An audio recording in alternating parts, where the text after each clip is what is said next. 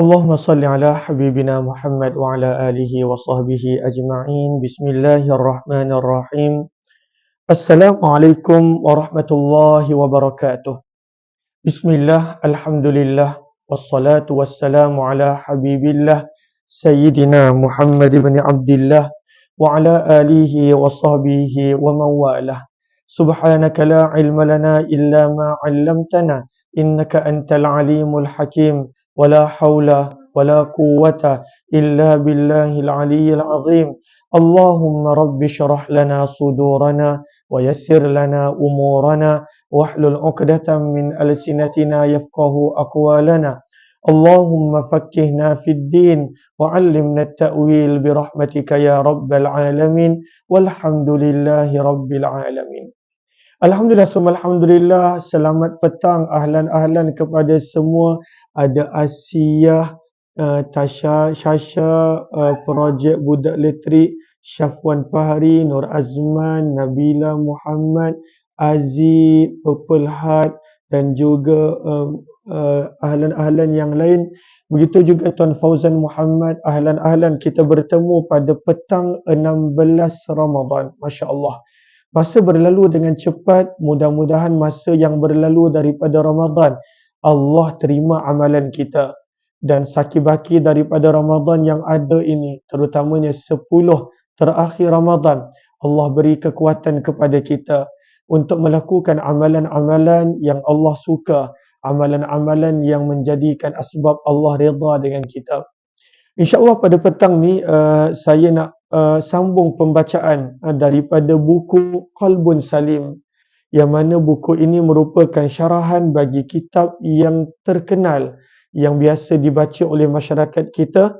Itulah buku ataupun kitab penawar bagi hati.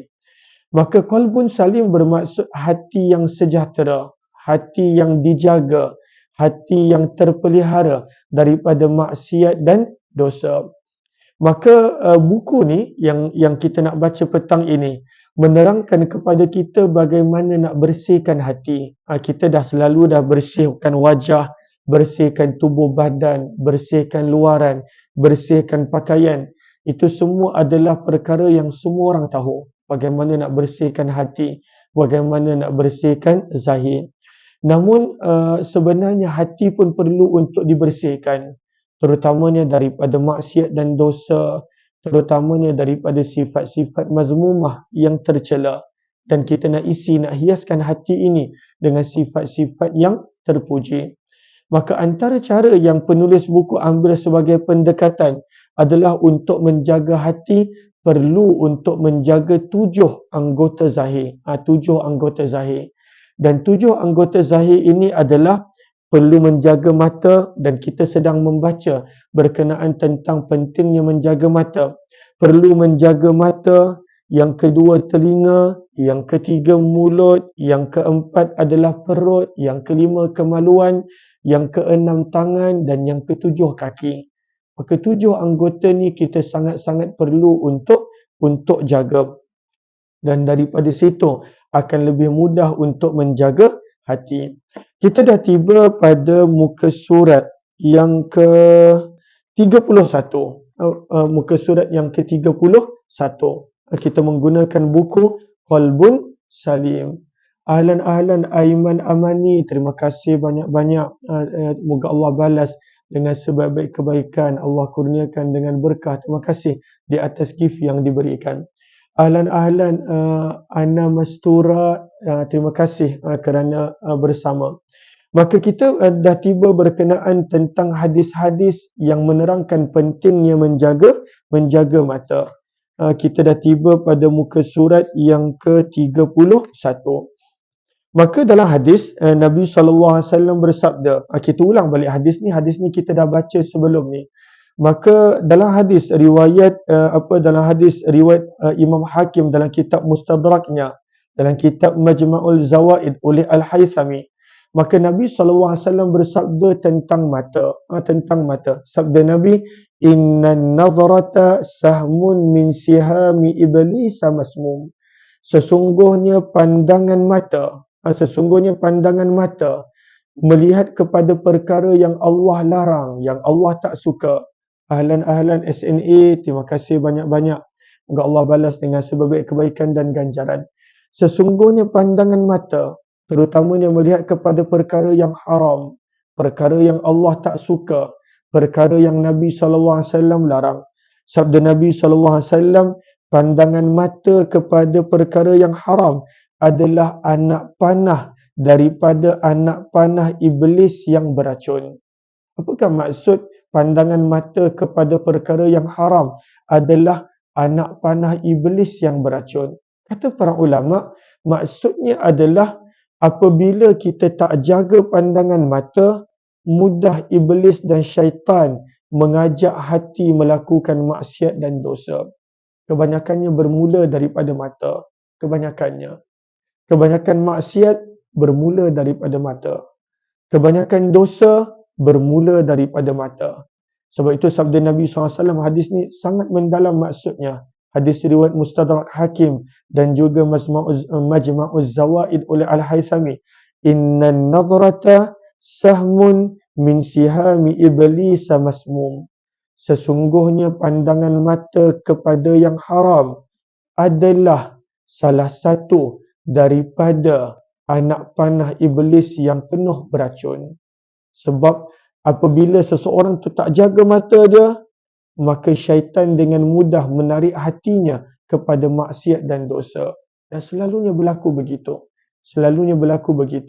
Semuanya bermula daripada pandangan mata. Sebab itu sabda Nabi SAW dalam hadis kursi ini, man tarakaha min makhafati, barang siapa meninggalkan pandangan mata kepada benda yang haram, dia tinggalkan, dia jaga mata dia. Dia nampak benda yang haram, dia cepat-cepat alih. Dia nampak benda yang haram, dia tak tengok. Barang siapa yang jaga mata dia, janji Allah dalam hadis kursi ini, abdaltuhu imana, aku akan tukar dan gantikan dengan keimanan, yajidu halawatahu fi qalbih, yang dengan iman itu dia akan merasai kemanisan dalam ibadah. Masya Allah. Maka pengajaran daripada hadis ini yang pertama, syaitan menarik manusia kepada maksiat dan dosa bermula daripada pandangan mata. Kadang-kadang ada orang kata macam mana dia nak jaga hati dia asyik fikir, asyik ingat maksiat dan dosa. Sebenarnya bermula daripada jaga mata. Pengajaran yang kedua yang kita boleh dapat daripada hadis ini adalah barang siapa yang jaga mata dia, Allah kurniakan kepadanya kemanisan dalam beribadah. Yajidu halawatahu fi qalbih. Allah kurniakan kemanisan dalam ibadah. Sebab itu dalam buku solat seolah-olah melihat Allah, perkara yang sama ditekankan. Jaga mata untuk beroleh kemanisan dalam ibadah. Jaga mata. Sebab itu ayat Al-Quran yang kita dah baca pada siri sebelum ini, Allah menyuruh menundukkan pandangan daripada maksiat dan dosa. Dalam surah An-Nur, ayat yang Allahumma salli ala sayyidina Muhammad, ayat yang ke-30, firman Allah, qul lil mu'minin, sampaikanlah pesanan ini kepada orang yang beriman, wahai Muhammad, yaghuddu min absarihim, tundukkanlah pandangan matanya, wa yahfazu furujahum, nescaya dia akan boleh menjaga kemaluan dia. Zalika azka lahum, perkara itu adalah yang terbaik untuk membersihkan hati, lebih menyucikan hati. Maka ini adalah hadis riwayat Mustadrak Hakim, muka surat 31. Kemudian penulis buku membawakan satu lagi pesanan daripada kitab An-Nasaih Ad-Diniyah. An-Nasaih Ad-Diniyah maksudnya adalah nasihat agama dan wasiat iman, yang mana kitab ditulis oleh Imam Al-Haddad rahimahullah. Maka dalam kitab tersebut ada satu catatan yang berbunyi, an-nadhratu tazra'u fil qalbi syahwah wa kafa biha li sahibiha fitnah. Maka dalam kitab tersebut ada kata-kata yang tertulis, pandangan mata boleh menimbulkan rasa syahwat berahi di hati. Selalunya timbul perasaan syahwat, timbul perasaan berahi, semuanya bermula daripada mata. An-nazratu tazra'u fil qalbi syahwah. Maka pandangan mata yang tengok kepada yang haram, kepada perkara yang Allah larang, akan menimbulkan rasa syahwat berahi dalam hati, dan itu sudah cukup untuk menjadikan tuannya mendapat fitnah ataupun terjebak dalam maksiat dan dosa. Pandangan mata yang tak jaga sudah cukup untuk menjadikan orang tersebut terjebak dalam fitnah, terjebak dalam maksiat dan dosa. Sebab itu, poin yang pertama daripada 7 anggota adalah pentingnya untuk menjaga mata. Ahlan-ahlan kepada yang bersama, yang baru join, kita sedang melihat buku Qalbun Salim. Jika ada yang ingin untuk menjadikan sebagai rujukan bacaan, sangat bagus, menceritakan tentang pentingnya menjaga anggota zahir untuk kita bersihkan hati kita. Boleh tekan link yang berada di ruang komen. Waalaikumsalam Aminah Azmi, Ruslina Ayub, terima kasih. Nurisawan Hasan, waalaikumsalam. Saadiah Hasan, waalaikumsalam. Dipah Miko, dan juga ahlan-ahlan kepada semua yang lain. Okey. Allahumma salli ala Muhammad.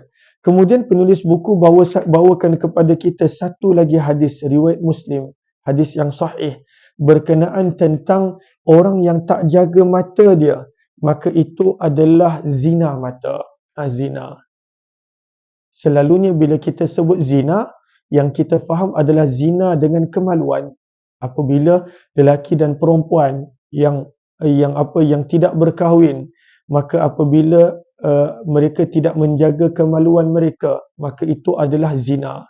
Tapi dalam hadis riwayat Muslim dan Al-Baihaqi ini, Nabi sebut setiap anggota tubuh badan ada bahagian zina dia. Setiap anggota tubuh badan. Orang yang tak jaga tangan apabila dia lihat gadget dan dia menekan melihat kepada perkara-perkara yang tak elok, maka itu adalah zina tangan. Orang yang tak jaga mata, tak apa. Kalau Atia tak bising tak apa. Atia nak bagi salam sini. Okey. Lalu orang yang tak jaga mata, maka itu adalah zina mata. Zina mata. Maka dalam hadis riwayat Muslim daripada Abu Hurairah radhiyallahu anhu.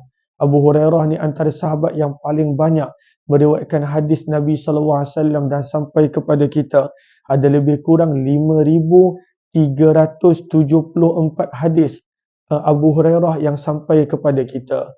5374 hadis. Masya-Allah. Banyak hadis beliau. Moga Allah balas beliau dengan sebaik-baik kebaikan dan ganjaran. Maka dalam hadis riwayat Muslim daripada Abu Hurairah, Nabi sallallahu alaihi wasallam bersabda, sabda Nabi, likulli bani Adam hadzuhu minaz zina. Setiap manusia ada bahagiannya daripada zina. Maka sabda Nabi sallallahu alaihi wasallam, fal ainani tazniyan. Kedua mata ada melakukan zina. Wa zinahuman nazar. Dan zina kedua mata adalah melihat kepada sesuatu yang haram. Itu zina mata. Bila mata kita tengok je benda yang Allah larang, benda yang tak elok, benda-benda yang Allah tak suka, maka itu adalah zina mata. Itu adalah zina mata. Ada bahagiannya daripada maksiat dan dosa. Perlu untuk bertaubat dan perlu untuk ditinggalkan kalaulah kita nak jaga hati kita. Sabda Nabi sallallahu alaihi wasallam, wal yadani tazniyan.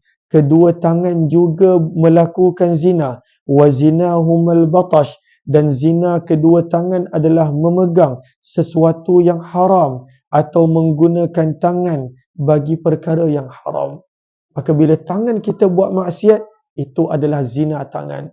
Tangan kita sakiti orang, itu adalah zina tangan.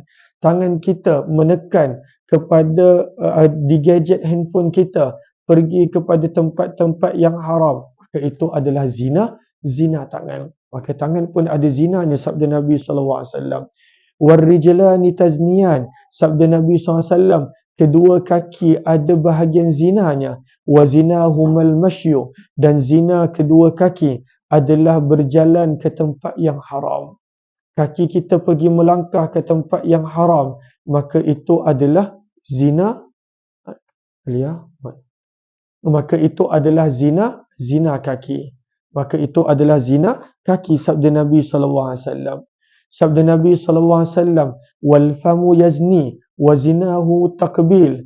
Dan mulut pun ada bahagian zina dia. Walaupun belum bertemu kemaluan, tapi mulut pun ada zina dia.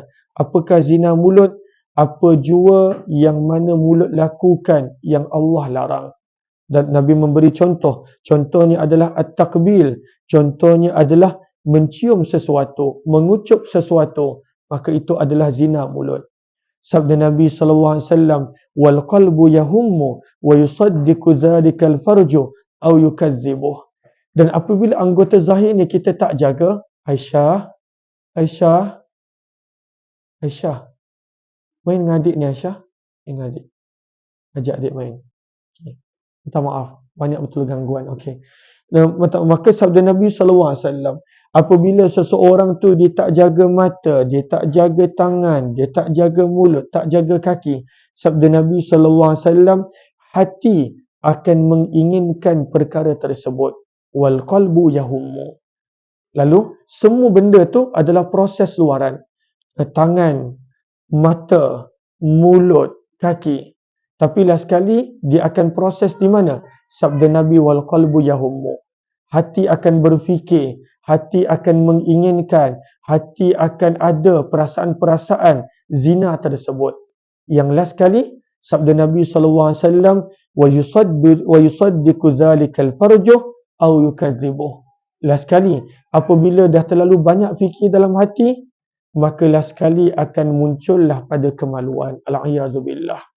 Maka orang yang berzina dengan kemaluan, itu sebenarnya prosesnya dah berapa lama syaitan menggunakan matanya. Syaitan menyuruh dia berzina pada tangan, pada kaki, pada hati. Semua itu prosesnya. Last sekali, apabila dia tak tinggalkan semua maksiat-maksiat, tangan, mulut, telinga, kaki ni, last sekali akan pergi kepada hati. Dan bila hati pun dia tak hilangkan, berfikir benda yang tak elok, menginginkan benda yang tak elok, terlintas sesuatu benda tak elok, dia tak bersihkan, last sekali akan sampailah kepada kemaluan. Al-'iyadzubillah. Moga Allah pelihara dan jauhkan. Pikabu, terima kasih banyak-banyak di atas gift yang diberikan. Ahlan. Waalaikumsalam warahmatullahi wabarakatuh. Zakiyah, Nuni Yusuf, Roslina Talib.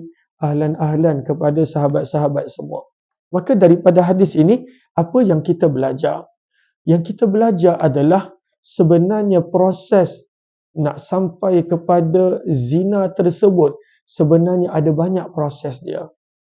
Dan kalaulah manusia tak tinggalkan daripada awal, last sekali akan membawa kepada zina yang Allah sebut dalam ayat Al-Quran, hampir pun jangan. Kerana ia ni adalah sekeji-keji perkara. Wala taqrabuz zina, firman Allah, hampir pun jangan pada zina. Maka dalam hadis riwayat Muslim, Nabi terangkan semuanya bermula daripada anggota zahir. Ada orang yang mana dia bermula daripada mata, dan waktu tu dia boleh pilih untuk tinggalkan zina mata tadi. Tapi kalaulah dia tak tinggalkan, akan melarat kepada zina tangan, akan melarat kepada zina kaki, akan melarat kepada zina mulut. Dan kalaulah dia tak tinggalkan daripada awal, yang mana perkara-perkara yang membawa kepada zina ini, last sekali akan melirik kepada hati. Hati dia akan berfikir, hati dia akan menginginkan benda maksiat tersebut. Hatinya akan macam-macam. Dan sabda Nabi SAW, last sekali, kalaulah dia tak tinggalkan daripada anggota zahir, daripada hati, last sekali akan pergi kepada kemaluan. Dan orang yang dah terjebak dalam zina, Allahu Akbar, dia tak mudah nak tinggalkan. Bahkan ada orang yang dah berzina, al-'iyadzubillah, dia tak rasa bersalah pun. Tak rasa bersalah. Berapa banyak keluarga hancur, porak-peranda kerana zina yang berlaku. Sebab itu sabda Nabi SAW, antara tanda-tanda dekatnya kiamat, berleluasanya zina. Moga Allah pelihara dan jauhkan. Itu adalah antara tanda-tanda dekatnya kiamat. Muka surat yang ke-33. Maka kata penulis buku, hadis ini menunjukkan bahawa zina berpunca daripada mata. Zina berpunca daripada orang yang tak menjaga mata. Bermula daripada situ. Sebab itu poin yang pertama kita belajar adalah pentingnya untuk menjaga mata. Atiyah, pergi main dengan kakak sana. Dengan kakak sana. Okey, sekejap je. Lagi 3 minit. Nak dekat berbuka dah ni, insyaAllah. Minta maaf sebab buku ni pun sepatutnya baca banyak bulan Ramadan. Tapi ada pelbagai program, kadang-kadang tak sempat. Muhammad Syarizan Ahlan. Maka kata penulis buku, muka surat 33, hadis ini menunjukkan bahawa zina berpunca daripada mata. Maka sebab itu penting untuk menjaga anggota zahir dan juga anggota batin untuk menerima anugerah daripada Allah. Kan kadang-kala ada orang kata, macam mana nak jadi macam orang tu? Dia boleh ibadah dengan seronok, dia boleh ibadah dengan penuh kemanisan. Macam mana nak jadi? Ianya sebenarnya bermula dengan menjaga anggota zahir, jaga hati. Sebab itu kata penulis buku, kamu hendaklah memerhatikan semua anggota badanmu dengan merenung apakah perbuatan yang sepatutnya anggota itu lakukan dan apakah anugerah yang diharapkan daripada Allah supaya kamu dapat menjaganya sesuai dengan anugerah yang diharapkan itu. Oleh itu, jika menginginkan anugerah yang besar, maka juga perlu menjaga anggota badan tersebut dengan cara yang lebih bersungguh-sungguh. Kita nak jadi macam para sahabat, Masya Allah, yang mana mereka ini bila kena panah dalam solat, mereka tak rasa apa-apa. Kisah Abbad bin Bishr, kena panah dalam solat, dia tak batalkan solat. Kisah para sahabat yang mana kena macam-macam dalam solat, mereka tak rasa apa-apa. Kemanisan solat, kemanisan ibadah. Kita nak anugerah yang Allah beri kepada para sahabat, yang Allah beri kepada sebahagian kekasihnya, dia dapat merasai kemanisan ibadah tersebut. Maka bagaimanakah cara dia? Yang mana semua kemanisan ibadah tersebut yang Allah berikan kepada sebahagian hamba-Nya adalah apabila kita bersungguh-sungguh jaga anggota zahir kita. Kan kadang-kadang ada orang kata, macam mana Nabi SAW, para sahabat boleh berdiri lama dalam solat. Kita kadang-kadang terawih, baru 4, 8, 10, 20 rakaat, kita dah tak larat. Sebab mereka merasai kemanisan ibadah tersebut. Dan bagaimanakah nak dapat anugerah tersebut? Jaga anggota zahir ini, terutamanya menjaga mata daripada maksiat dan dosa. Penting menjaga mata daripada maksiat. Maka sebab itu penulis buku kata, kalaulah kita nak kaki ini membawa kita berjalan di kebun dan di dalam mahligai syurga, maka tinggalkanlah maksiat dan dosa yang dilakukan oleh kaki. Kalaulah tangan diharapkan dapat memetik buah-buahan dan dapat mengambil minuman dalam syurga, tinggalkan dosa tangan. Begitulah juga semua anggota yang lain. Muka surat 34, kata penulis buku, kalaulah kita inginkan mata kita melihat zat Allah dalam syurga, tanpa ada persamaan Allah dengan makhluk, kerana tidak ada nikmat yang sama ada di dunia ataupun di akhirat yang lebih besar daripada melihat Allah. Sebab itu di dalam Al-Quran, dalam surah At-Taubah, bila Allah cerita tentang nikmat-nikmat syurga, syurga adalah tempat yang mana mengalir di bawahnya sungai-sungai dan lain-lain. Dalam ayat dalam surah At-Taubah tersebut, Allah berfirman, وَرِضْوَانٌ مِّنَ اللَّهِ أَكْبَرُ. Lebih besar daripada nikmat syurga adalah beroleh keredaan Allah. Begitu juga di dalam surah Al-Qiyamah, surah 75, ayat 22 dan 23, Allah menerangkan, wujuhun yawma idzin nadirah. Wujuhun yawma idzin nadirah. Maka sebahagian wajah akan berseri-seri pada hari kiamat. Surah Al-Qiyamah, surah 75, ayat yang ke-22 hingga 23, sebahagian wajah akan berseri-seri pada hari kiamat. Kenapa? Ila rabbiha nazirah, kerana dia dapat melihat zat Allah, dapat melihat kepada Allah. Ila rabbiha nazirah. Maka kalaulah mata kita nak melihat Allah, maka ujiannya adalah jangan tengok maksiat dan dosa, perkara yang Allah haramkan di dunia. Sebab itu kata penulis, oleh itu mata yang diharapkan untuk mendapat nikmat yang besar itu sangat patutlah dijaga bersungguh-sungguh dan tidak dikotorkan, dinodai dengan melihat perkara yang haram. Mudah-mudahan insya-Allah kita boleh menjaga mata kita. Insya-Allah kita akan sambung muka surat yang ke 40 berkenaan tentang pentingnya menjaga telinga pada siri yang lain insya-Allah. Terima kasih semua yang berada di Facebook dan TikTok. Terima kasih banyak-banyak yang beri gift, yang bantu share, kongsi dan sebar luas. Wabillahi taufiq wal hidayah. Assalamualaikum warahmatullahi wabarakatuh. Terima kasih semua.